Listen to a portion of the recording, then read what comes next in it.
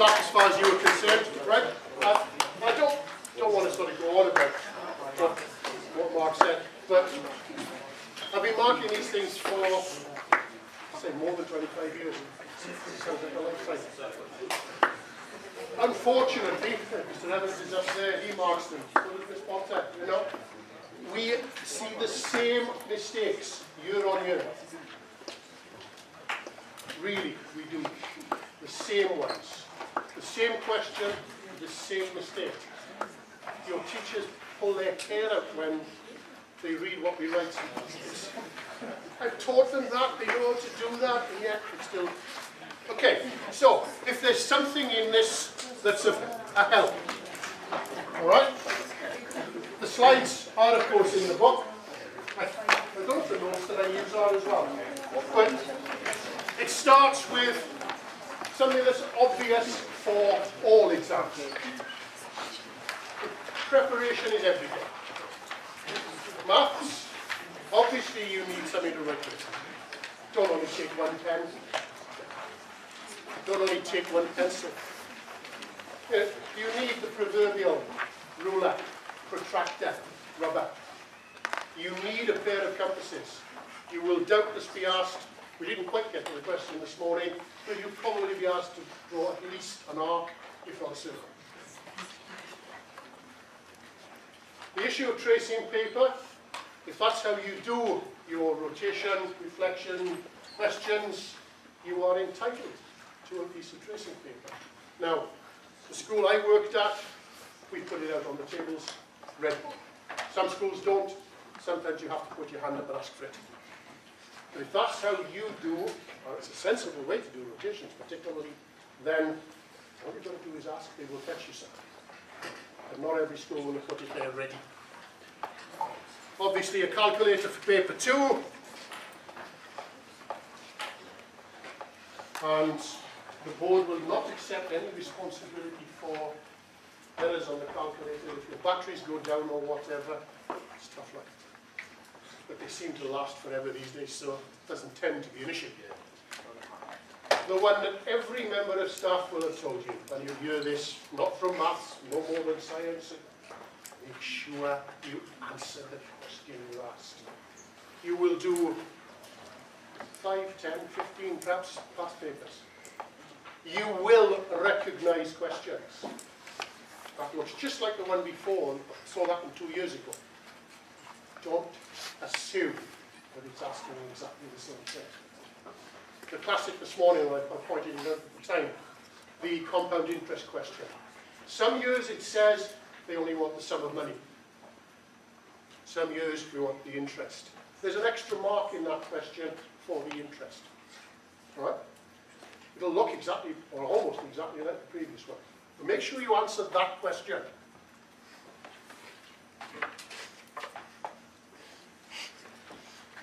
Here's a case in point. Diagram, the information's on the diagram. Take one look at that and hopefully everybody's saying Pythagoras. Of course it is. And what's the question asking for? Perimeter. So not only does it want Pythagoras, which will get you some of the marks, but the actual question requires you to add up the 65, the 65 on the two sides you found. Well, that's the sort of thing I'm talking about. Equally, saw it again this morning. It says standard form. So an answer in anything other than standard form cannot get full marks. Answer correct to 1 decimal place, there will be a mark for rounding your answer correctly to 1 decimal place. So if it's a 2-mark question and you don't, 1 mark from the way again.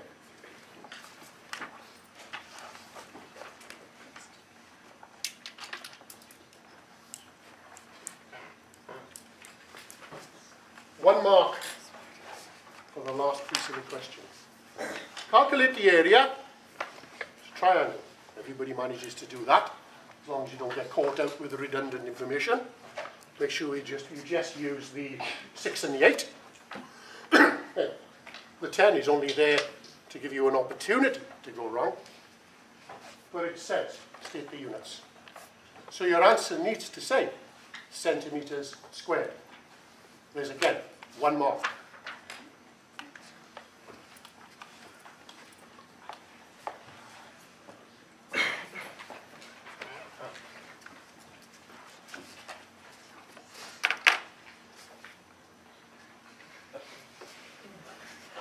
I mark your papers, right?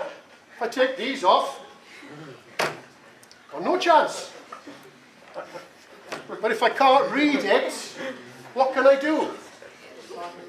I mark it wrong. Right? But I have to be able to read it. It doesn't matter whether it's small or big. The other issue, the next, let me move the slide on. Probably sensible to do it. Put the two things together. We now no longer mark a complete script. Right? We used to mark a whole script, mark a whole school. Now, a normal evening for me might be marking 300 of the same question. Right? Now, previously, if I had a problem with your 5, looking a bit like an 8, and might have been a 6, I could turn the page and I could look at another question. Or I could look at another question and probably figure out that's clearly how you write your 5s. I can't do that. I only see one question. You've got one shot. I can't read it. I have to mark it wrong. Right? Nothing. I'm not allowed to be generous. Classically, I can't read it wrong. And the point about the answer space, it's on the screen. What we get in front of us is the answer space that's in the example. So try and keep to within that. If you go beyond it, that's fine, we can access that. Try not to get too close to the middle, because they are guillotined and scanned. If you happen to write on an extra sheet of paper because you've made a mistake, put a little note in the question so that we know to look for it. Not an issue, we can find all of that. We deal with all of those things, but it is easier if we know to look for it. And if you cross something out, put a line through it, but don't cross something out until you replace it. All right? If you think you've done something wrong, and you put a line through it, you don't quite go back to it, there may be something in there that we can find some marks for. So don't really cross anything out until you put an answer in its place.